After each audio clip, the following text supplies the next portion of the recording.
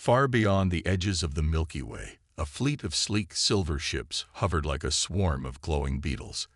Inside the largest vessel, a group of aliens called the Zorblaxian Armada gathered around a hologram of Earth.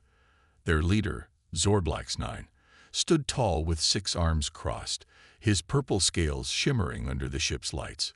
"Look at this pathetic rock," he boomed, pointing a clawed finger at the blue planet. "They still fight over land, worship celebrities, and burn their own air. Let's harvest their resources before they destroy themselves." His second-in-command, Vrina, tilted her head. Her antennae twitched as she studied footage of humans arguing on a TV show. "They're so noisy," she said, snorting. "And what's this?" She zoomed in on a clip of a man dancing with a fish on his head. Why would anyone do that? The aliens erupted in laughter, their chirpy voices echoing through the ship. To them, Earth was a joke, a messy, chaotic joke. They nicknamed it Sector 12's Embarrassment and planned to strip it bare.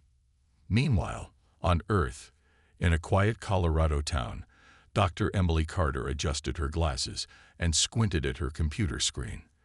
The data made no sense. "Jake, come look at this," she called. Her intern, Jake Thompson, jogged over, spilling coffee on his shirt. "Whoa," he said, staring at the strange energy spikes. "Is that a UFO?" Before Emily could answer, the ground trembled. A bright light flashed outside, followed by a loud thud. "Please tell me that's not what I think it is," Jake groaned. In the forest nearby, a Zorblaxian scout ship had crash-landed into a pile of rocks. Inside, Krill, the mission's grumpy commander, cursed as smoke filled the cabin. "This planet is primitive," he muttered, kicking a broken control panel. "Why did I volunteer for this?" The hatch hissed open, and Krill stepped out, his breath fogging in Earth's chilly air. He wrinkled his snout at the smell of pine trees and something rotting. "Disgusting," he said, but then he heard a noise, a rustle in the bushes. A grizzled human wearing a tattered coat emerged, holding a beer can. "Hey, little guy," said Earl, the town's most famous, and only, homeless resident. "You look lost." He offered the can to Krill. "Want a sip?" Krill froze. The liquid fizzed, the can was cold, and Earl's smile was missing 3 teeth. For the first time in his life, the alien felt confused. Back at the lab, Emily and Jake tracked the energy signal to the forest. "Let's go," Emily said, grabbing a flashlight. But Jake, "Yeah, bring bear spray, just in case." Earth's story was about to get a lot stranger. Krill stared at the beer can in Earl's hand. It was cold, metallic, and smelled like nothing he'd ever encountered. "What is this?" He hissed at his team, who had just emerged from the smoking ship. "Ah, a gift," said Earl, still grinning. When Krill didn't move, the human shrugged and chugged the rest himself. "Suit yourself," he burped, tossing the empty can into the bushes. The aliens gaped.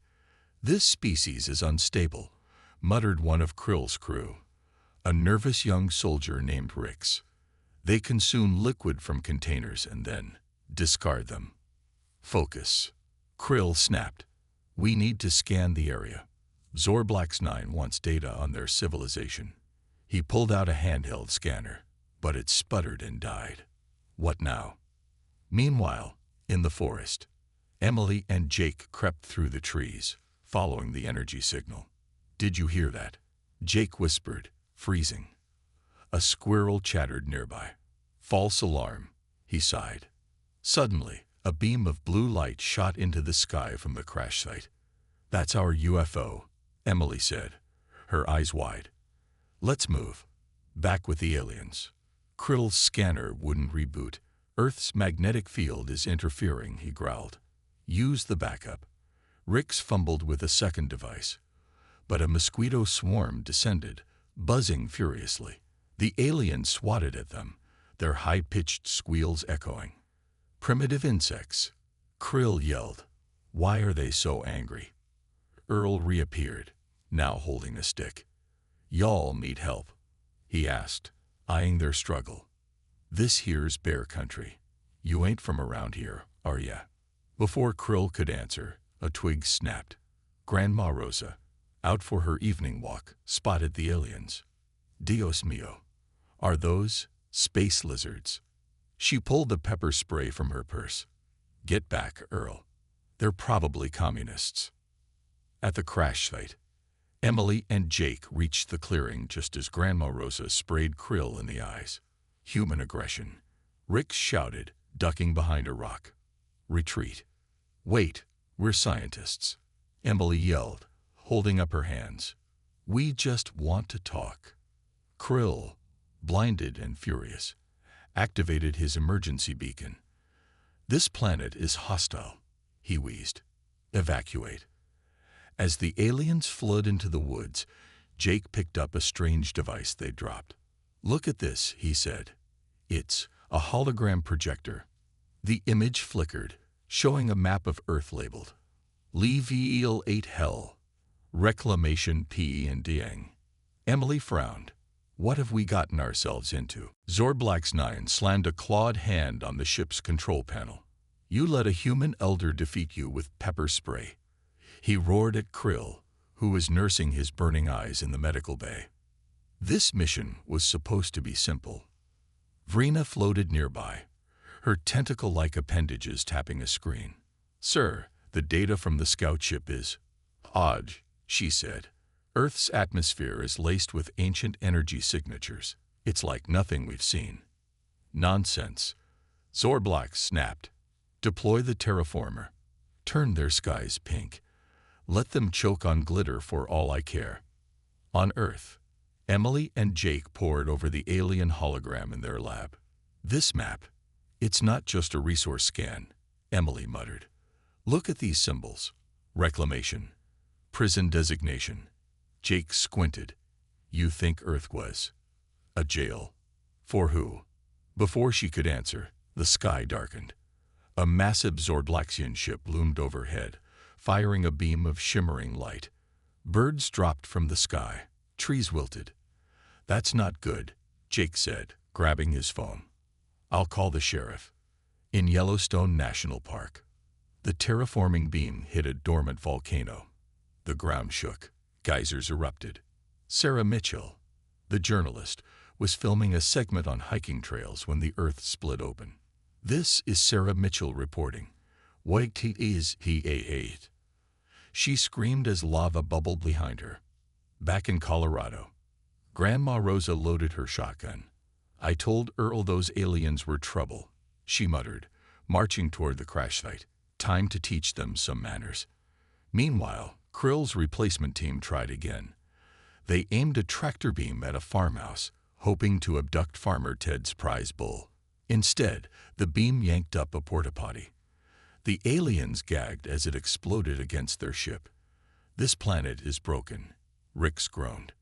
In space, Vrina discovered the truth, buried in old files. Earth was once Level 8 Hell, a prison for the universe's worst criminals.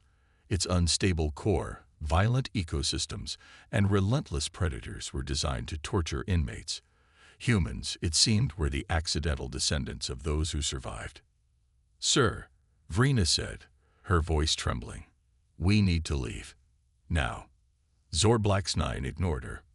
"Full invasion. Burn the cities. Take what we want." But Earth had other plans. Sarah Mitchell's live stream went viral. Millions watched as lava swallowed her tripod, her final words echoing online. "They're not gods. They're idiots." The video racked up billions of views. Memes flooded the internet. Aliens versus Yellowstone. Round 1 goes to Earth. On the Zorblaxian flagship, Vrina replayed the clip. "Sir, the humans are mocking us," she said, "and Earth's core is destabilizing.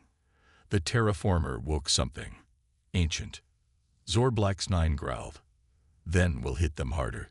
Send the plasma drones." In Colorado, Grandma Rosa sat on her porch, cleaning her shotgun. Earl brought her a plate of tamales. "Heard you're the hero of the hour," he said. "Hemph. Those lizards messed with the wrong planet," she replied. "Pass the salsa." Nearby, Emily and Jake decoded more alien tech. "This file mentions containment protocols," Emily said, like Earth was a cage. "But for what?" Jake shuddered. "Whatever it was, I'm glad it's gone." In Yellowstone, the volcano rage. Ash blocked the sun. Farmer Ted evacuated his cattle, but paused to glare at the alien ship. "You messed with the wrong rock," he muttered, filming the chaos on his phone. His video caption: "Aliens versus supervolcano. Place your bets." On the ship, Sela, a low-ranking historian, hacked into the archives. Her eyes widened. "By the stars," she whispered, "Earth wasn't just a prison. It was a torture chamber. The ancient warlords sent here had been torn apart by earthquakes, predators, and each other. Humans were their accidental descendants." "Vrina," Sela said, pulling her aside. "If the terraformer breaks Earth's core, it'll release whatever's buried down there. We'll all die." Vrina paled. "Zorblax 9 won't listen. He's stubborn." Meanwhile, Krill's team tried again to abduct a human. They targeted a grocery store, aiming for a toddler clutching a candy bar. The mother screamed. The aliens hesitated. "Why aren't they running?" Rix asked. "Because humans are crazy," Krill snapped. "Retreat." As they fled, the toddler waved the candy bar at them. "Bye-bye, space lizards." Back in space, Sela leaked the files to Emily's laptop. A message popped up. "Earth is level 8 hell. You're standing on a grave. Be careful." Emily stared at the screen. "Jake, we need to warn everyone." But it was too late. The ground shook again. Something beneath Yellowstone was waking up. The plasma drones descended like glowing hornets, firing beams that melted roads and set forests ablaze. In Colorado, Farmer Ted revved his tractor, attached a hay bale to a chain, and swung it at the nearest drone. The bale exploded into flames midair, showering the machine in burning hay. "Take that, you overgrown fireflies," he yelled as the drone crashed into a cornfield. Nearby, Grandma Rosa crouched on her rooftop, shotgun aimed. A drone hovered overhead, scanning her house. Boom! She blasted its camera lens. "Next time, aim better," she shouted, reloading. Meanwhile, in the lab, Emily and Jake rigged the alien hologram device to a satellite dish. "If we reverse the signal, maybe we can fry their systems," Emily said, typing furiously. Jake duct-taped cables together. "Why are we using duct tape?" he asked. "Because it's Earth," Emily replied. "Duct tape fixes everything." On the Zorblaxian ship, Vrina confronted Zorblax 9. "The humans are adapting. They're using our tech against us." "Nonsense," he barked. "They're primitives." Sela interrupted, holding a datapad. "Sir, Earth's core is cracking. If we keep this up, we'll unleash whatever was imprisoned here. We're not just fighting humans. We're fighting hell." Zorblax 9 glared. "Then we'll fight harder." Back in Colorado, Sarah Mitchell filmed Ted's flaming hay bale stunt. "This is insane," she told her camera. "Who knew tractors could be weapons? Stay tuned. Aliens hate surprises." Her livestream hit 50 million views. Krill's team, sent to capture Emily, found themselves cornered by townsfolk wielding pitchforks, golf clubs, and a very angry goat. "Retreat," Krill yelled, tripping over a garden gnome. "These humans are feral." In the lab, Emily activated the modified dish. A pulse shot into the sky, disabling 3 drones instantly. "Yes," Jake cheered. But then the ground shook. A deep rumble echoed from Yellowstone. The volcano wasn't done yet.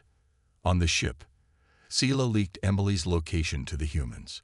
A message popped up on Jake's phone. "Find the historian. She has answers." Emily frowned. "This isn't over. It's just beginning." Emily stood in a dusty field, facing Sela, the rogue alien historian.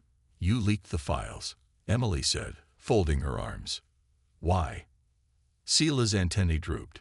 Your planet is a tomb. My people are too arrogant to see it. But if we keep fighting, Earth's core will crack, and whatever's buried there will escape. Before Emily could reply, a Zorblaxian shuttle landed nearby. Vrina stepped out, alone. We need to talk, she said. In the ship's war room, Zorblax-9 slammed his fists. Negotiate. With humans. Vrina stood firm. If we don't fix their ozone layer, the prison breaks. We'll all die. And their tractor weapons are effective. Grudgingly, Zorblax agreed. Back on Earth, Emily, Jake, and Sarah met the aliens in a makeshift tent. Grandma Rosa lurked nearby, shotgun in hand. No tricks, she warned. Vrina projected a hologram of Earth. We'll repair your atmosphere, she said. In exchange, share your culture. Food, music, memes.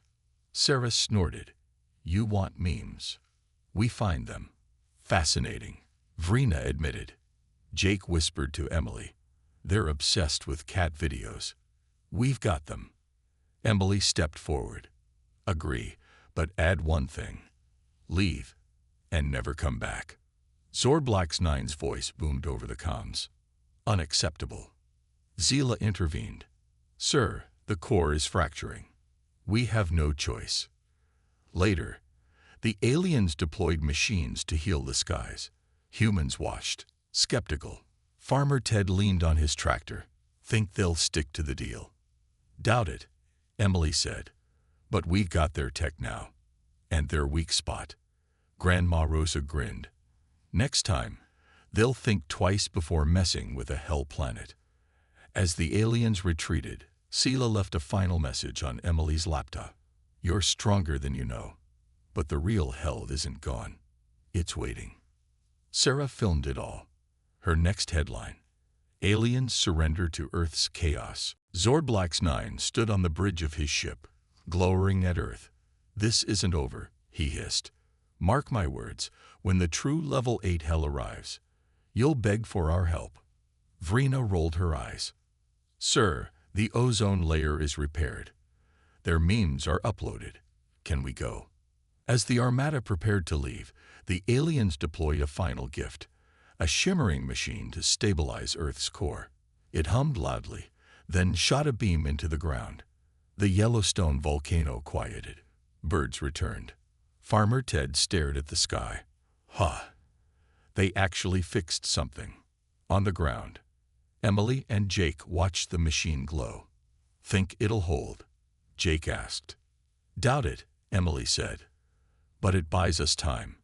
Grandma Rosa approached, shotgun slung over her shoulder. Those lizards left faster than a cat at a dog show, she said. Good riddance. Sarah filmed the aliens' retreat. Breaking news. Earth's new reputation. Nobody messes with a hell planet, she narrated. Exclusive footage shows Zorblax-9 flipping us off. Literally. On the ship.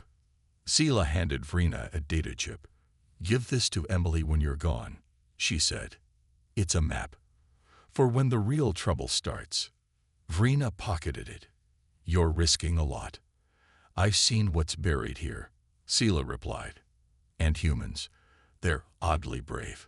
For a bunch of disasters. Back on Earth. As the last ship vanished, the town threw a block party. Earl danced with a Zorblaxian drone he'd repurposed into a disco ball. Grandma Rosa taught aliens to line dance, via hologram. Jake grilled burgers using alien tech. It's like a microwave, but louder. Emily found the data chip Vrina left.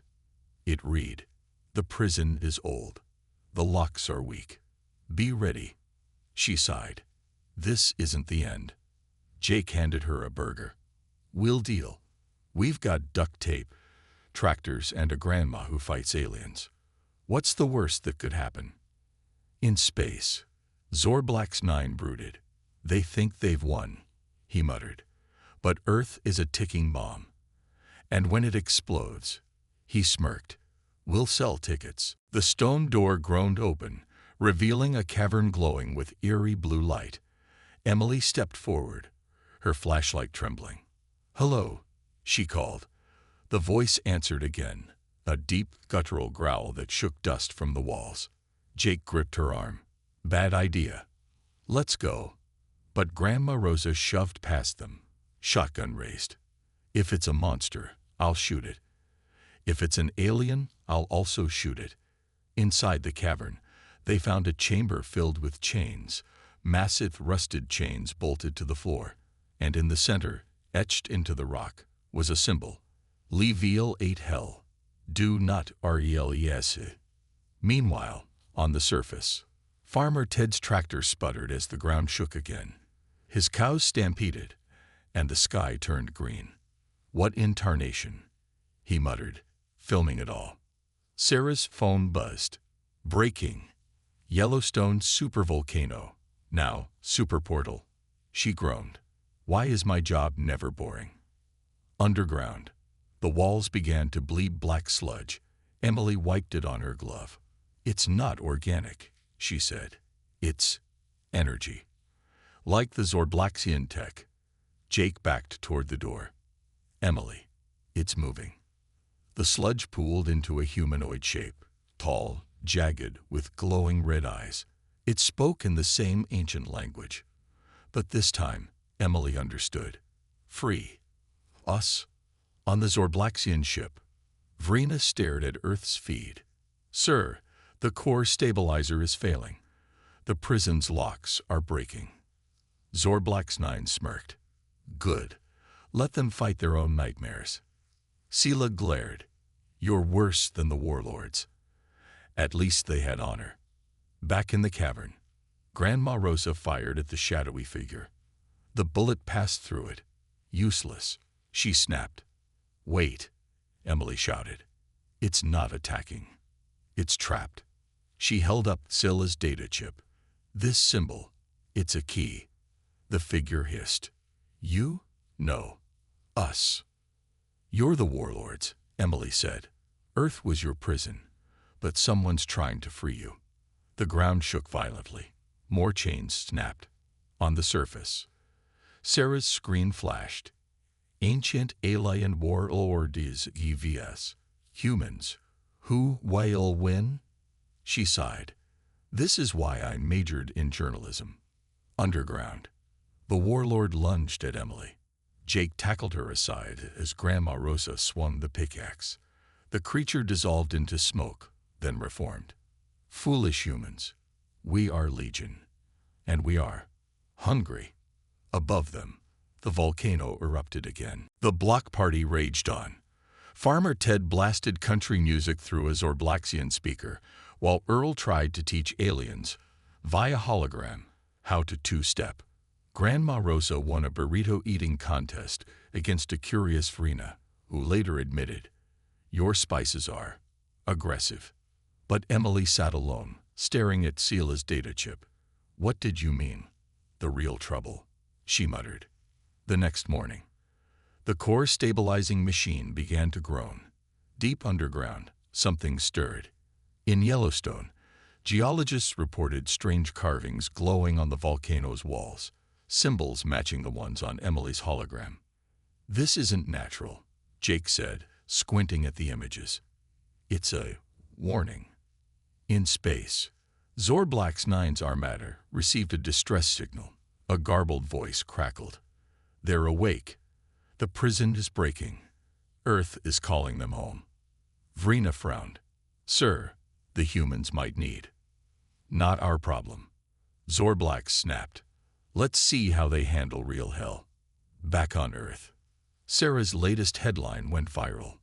"Volcano carvings. Ancient art or alien graffiti." Beneath the article, a commenter joked, "At least the aliens left us a Yelp review. Great chaos would invade again." But Emily wasn't laughing. The data chip revealed coordinates to a buried structure under Yellowstone. "We need to go there," she told Jake. Now, in the volcano's shadow, the team hiked to the site, Grandma Rosa leading the way with a pickaxe. "If there's ancient evil down here," she said, "I'll hit it with this." They found a massive stone door etched with alien runes. As Emily touched it, the ground shook, the carvings lit up, and a voice boomed, not in English, not in Zorblaxian, but in a language that made their bones ache. Meanwhile, Farmer Ted's cows started mooing at the sky. Birds circled in unnatural patterns. Even the squirrels seemed watchful. Jake swallowed. What is that thing underground? Emily gripped the data chip. I think we're about to find out. Deep below, something laughed. A sound older than mountains. The warlord's smoke swirled toward the ceiling, growing larger. Your world will burn, it hissed. Emily thrust the data chip into the cavern wall. Xila's map. It's a control panel. The chip lit up. The chains glowed white-hot. On the surface, Farmer Ted revved his tractor, towing the core stabilizer machine toward the volcano. If it needs power, I'll give it power. Sarah filmed drones swarming the sky. The aliens are back, she yelled. But so are the warlords. This is insane. Underground, Grandma Rosa swung the pickaxe again, striking a glowing rune. The warlord howled. Gotcha, she muttered. Jake grabbed Emily's hand. What's the plan? We trap them inside Earth, she said. Like before. On the Zorblaxian ship. Vrina hijacked the controls. Xila. Now. Xila fired a beam at the stabilizer machine, supercharging it. For Earth, she yelled. In the cavern. The chains reformed, tightening around the warlord. You cannot cage us again. It roared. Yes, we can, Emily said, slamming the chip deeper. And we'll keep caging you. Forever. The machine erupted in light. The warlord dissolved, sucked back into the rock. The volcano went silent. Later, Zorblax-9 glared at Earth. You'll regret this, he spat. Vrina stood beside Xila. No, you will. Never underestimate a hell planet. As the armada fled, Sarah's livestream hit a new high. Aliens versus warlords. Humans win.